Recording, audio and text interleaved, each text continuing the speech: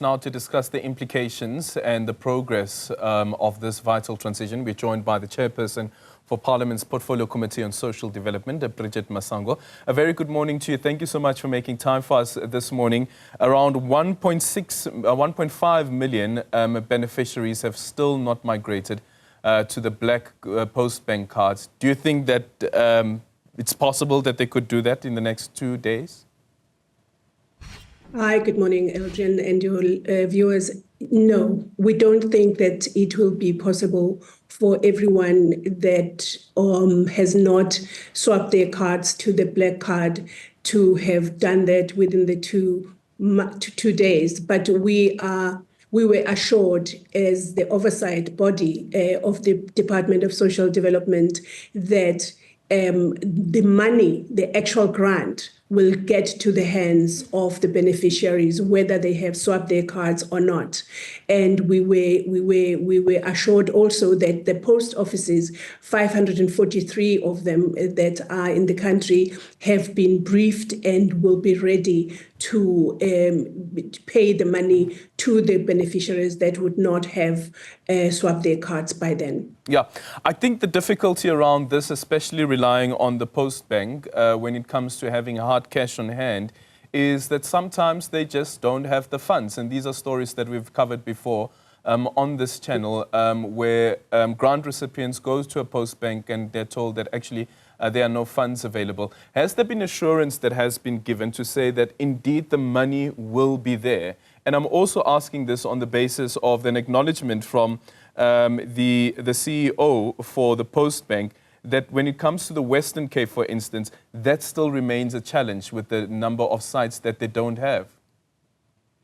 Right. We've had meetings because when this whole thing started happening and people were standing in long queues and there was just sounded like there was a breakdown of the system, we called Postbank to come to brief the committee and Sassa at the same time. And we were assured that the problems that have beset this whole process in the past, enough planning has been done since it was very clear from the onset that people are not all going to get their cards.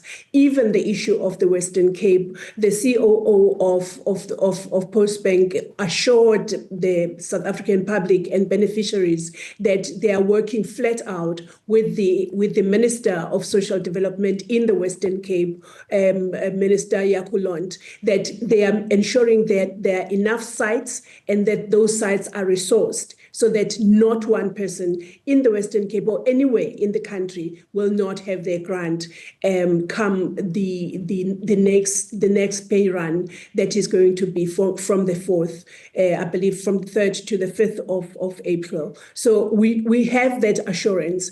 We just have to oversight the actual implementation when this happens come payment days of the next month. So that is what we're holding on to, LGN, that we were given assurance, like in public, in the committee, that this will happen. Yeah, and that briefing and assurance to the committee was done about 2 weeks ago, over 2 weeks ago.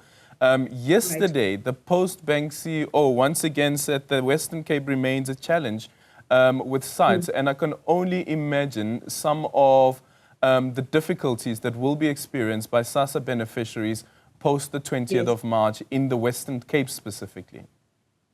Yes, we had a meeting last week, 2 weeks ago, but we're having updates that we agreed to receive updates as the Portfolio Committee on a weekly basis. So since the meeting, we've been receiving updates, and even the situation of the Western Cape, there were areas that they said yesterday, like Grabo, like other areas that are rural in the Western Cape that had not been operational to the full extent, that we were told literally as we were sitting or logging into the media briefing yesterday, that they were working with the Western Cape DSD, Department of Social Development, to ensure that that is not encountered going forward. So We are in constant contact, even with the acting CEO of Sassa. He also assured us that they are working flat out in partnership with Postbank to ensure that those challenges are eradicated completely for people, for beneficiaries to receive their grants. What's your message to beneficiaries now ahead of that 2-day deadline? Apologies that there has been so many challenges that they've been facing in queues, turned back, and so on and so forth. But we want to assure them that we are doing all we can to make sure that they get their money.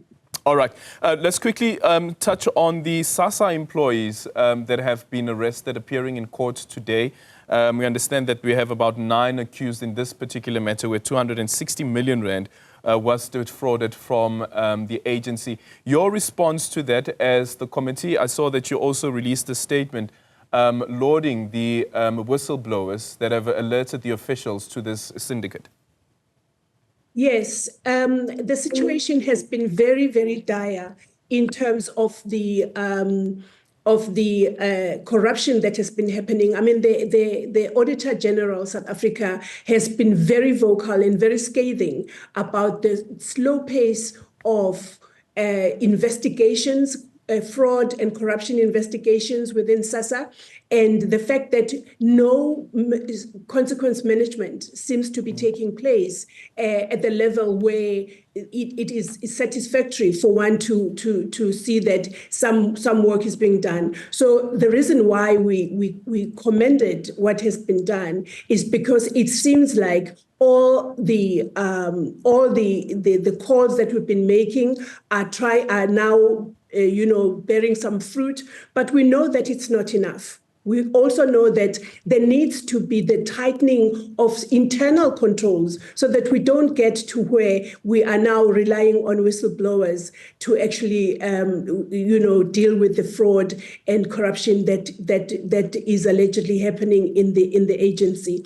So that was the reason why we did that. And we also are saying to the Sassa employees that they must continue, or whistleblowers, they must continue to do this work, because it is protecting the money that should be going to the hands and the families that are not having anything any income to look after their families.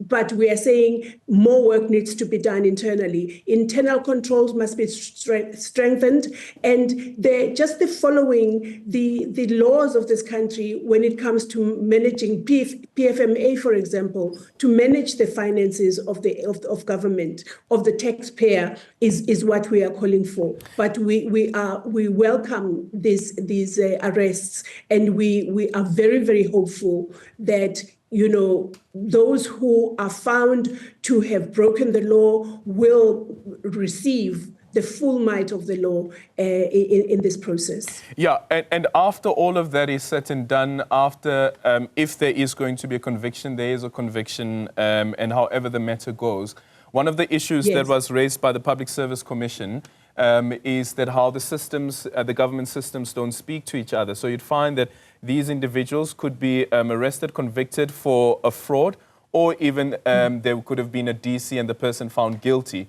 of some of the allegations. But the person then springs up at another department, starts working at another department, even though he was fired from another government entity. So how do we prevent that the bad apples that are rooted out of the state do not find their way back into the state?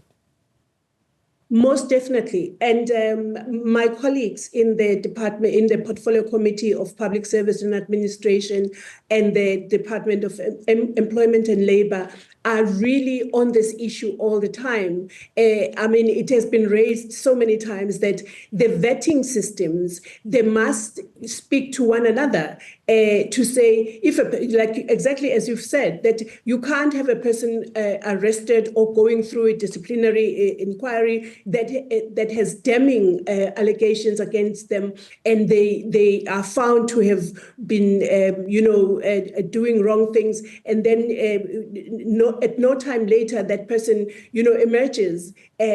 are actually occupying an even higher position in another, sphere of government. So we are literally at a legislative level and at oversight level are making sure that we call for this working together of the systems of government to avoid exactly what you are so articulately outlining and not to happen. Yeah, thank you so much for your time. Bridget Masango is the chairperson for the Portfolio Committee on Social Development. Thank you for making time for us this morning. And still to come here on the AM report, Bafana have arrived in Polokwane to continue their preparations for the Crunch FIFA World Cup qualifiers. And Mahamba has more details on that story.